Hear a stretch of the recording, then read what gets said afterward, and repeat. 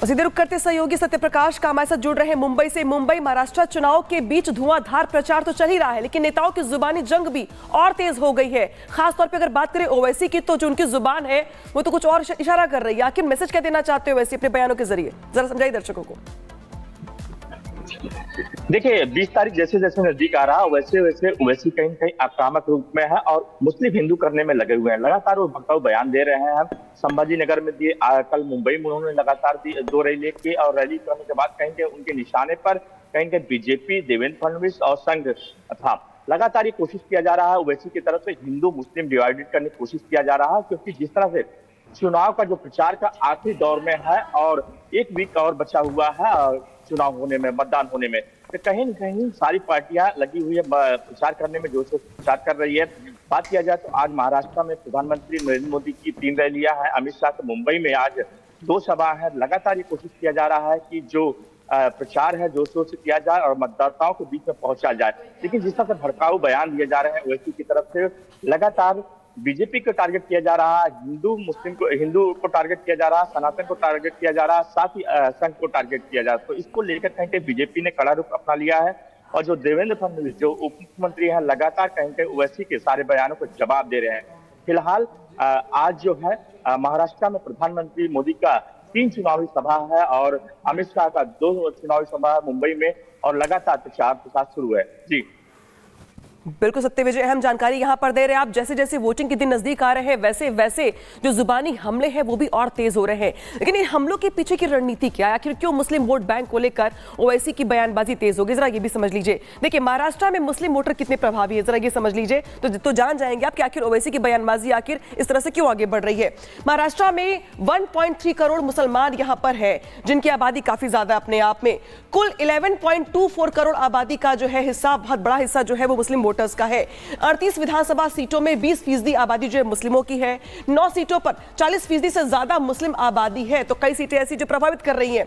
10 सीटों पर 25% से ज्यादा मुस्लिम आबादी है। लोकसभा चुनाव में एमवीए को बड़ी संख्या में मुस्लिम वोट मिले थे और यही वजह अपने आप में कि जो पॉलिटिकल पार्टीज हैं उनकी ओर से स्ट्रेटेजी दरअसल ये है कि जो मुस्लिम वोटर्स हैं उनको अपने पाले में लाया जाए, सीटों में इजाफा किया जाए और परफॉर्मेंस बेहतर की जाए। हालांकि जिस तरीके से यहाँ पे देखिए किस सीट पर कितनी मुस्लिम आबादी, जरा ये भी समझ लीजिए। किस सीट पर जो आबादी है वो ज्यादा है कम है, जरा ये समझ लीजिए सीटों के जरिए। मानखुर्द शिवाजी नगर जो सीट है यहाँ पे 53% आबादी मुसलमानों की है। मुंबा देवी सीट पर 50.9% आबादी मुसलमानों की है। भाई खाला की देखिए 41.05% आबादी मुस्लिमों की है। धारावी की जब हम बात करते हैं जो अपने आप में एशिया का सबसे बड़ा स्लम इलाका है, वहां पे 33.05% आबादी जो है मुसलमानों की है। वर्सोवा में 33.05% आबादी मुसलमानों की है। बांद्रा अगर ईस्ट की बात कर रहे हैं तो वहां पर भी आबादी लगभग इतनी ही है। मलाड वेस्ट की जब हम बात करते हैं तो यहाँ पे 27.7% आबादी मुसलमानों की है। अंधेरी वेस्ट की जब हम बात कर रहे हैं यहाँ पे, जो कि अपने आप में पॉश इलाका भी माना जाता है, यहाँ पे भी जो आबादी मुसलमानों की है वो 27.1% है। बांद्रा वेस्ट की बात करें तो 25.3% आबादी यहाँ पर मुसलमानों की। तो देखिए ये 9 सीटें ऐसी हैं जहां पर मुसलमान जो है वो हर सीट पे लगभग देखिए 30% से ज्यादा है। कुछ सीटें तो ऐसी भी हैं जहां पर आबादी 50% से भी ज्यादा, यानी कि यहां पर जो मुस्लिम जो वोटर्स हैं वो निर्णायक भूमिका में है। और यही वजह है कि हर पॉलिटिकल पार्टी की ओर से प्रयास दरअसल ये है कि इन्हीं वोटर्स को अपने पाले में लाया जाए और सीटें बढ़ाई जाए। सीधे रुख करते सहयोगी मोनिका का। बिल्कुल अनामिका, जिस तरीके से आप कह रही हैं वोटर्स को अपनी जेब में करने की कोशिश पॉलिटिकल पार्टीज की होती है, लेकिन आखिर ये किस तरह की कोशिश है कि नेता जब बयान देते हैं तो बयान देते वक्त सोचते भी नहीं है कि आखिर वो कर क्या रहे हैं। बात मल्लिकार्जुन खड़गे की करेंगे, इंट्रोडक्शन की नीड नहीं है।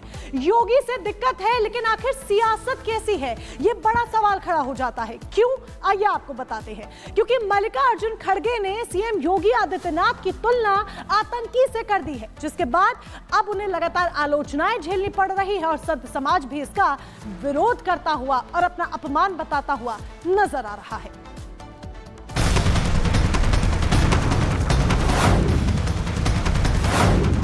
या तो सफेद कपड़े या तो सन्यासी कपड़े डालते हो, गेरुआ डालते हो, पॉलिटिक्स से बाहर हो जाओ। फटेंगे नहीं तो किसी माए के लाल की हिम्मत नहीं कि काट सके।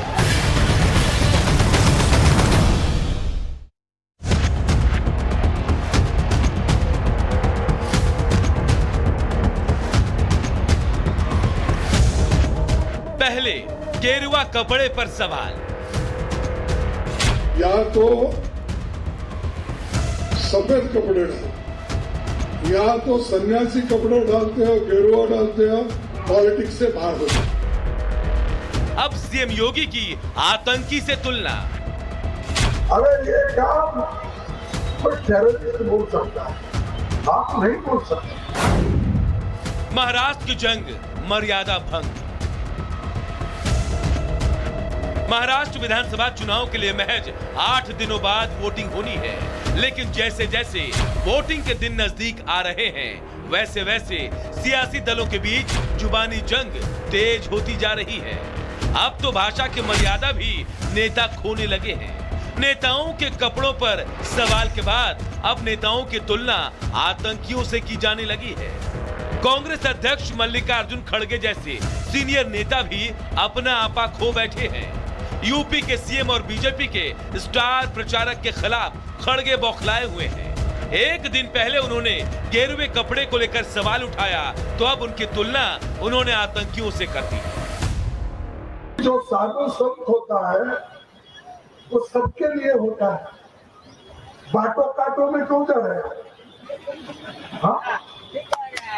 जो लोगों को बोलते हैं बटेंगे तो कटेंगे, ये साधु का काम है, नाथ पंथ का काम है। अगर ये काम कोई टेररिस्ट बोल सकता है, आप नहीं बोल सकते। आप एक मठ के एक व्यवस्थापक हो। दरअसल सीएम योगी का नारा बटेंगे तो कटेंगे महाराष्ट्र के चुनाव प्रचार में जमकर गूंज रहा है। बीजेपी के तमाम नेता इस नारे को बुलंद करने में जुटे हैं। सीएम योगी हर चुनावी मंच से इस नारे को बुलंद करते नजर आते हैं। छत्रपति शिवाजी महाराज को उस समय कितना संघर्ष करना पड़ा था। उस समय उन्होंने औरंगजेब की सत्ता को चुनौती देते हुए हिंदवी स्वराज के लिए सभी हिंदू राजाओं को एकत्र करने का काम किया था। तब औरंगजेब जैसा बर्बर विदेशी आक्रांता भी न चाहते हुए भी पराजय का मुंह देखने के लिए मजबूर हुआ था। और मैं तो केवल एक लाइन में अपनी बात कह रहा हूं, और एक लाइन की बात यही है कि बटो मत, बटे थे तो कटे थे, एक है अनेक है। सीएम योगी का ये नारा बीजेपी का ट्रम्प कार्ड साबित हो रहा है और विपक्षी खेमे में हड़कंप मचा है। और शायद यही कारण है कि कांग्रेस हार के डर से अपना आपा खो बैठी है। खड़गे के कथित विवादित बयानों के बाद वो न केवल बीजेपी के निशाने पर हैं, बल्कि संत समाज ने भी उनके खिलाफ मोर्चा खोल दिया है। केवल और केवल सनातन के खिलाफ बोलना, क्योंकि वोट बैंक की चाहिए ताली तो हिंदुओं को दो गाली, ये इंडिया अलायंस के गठबंधन का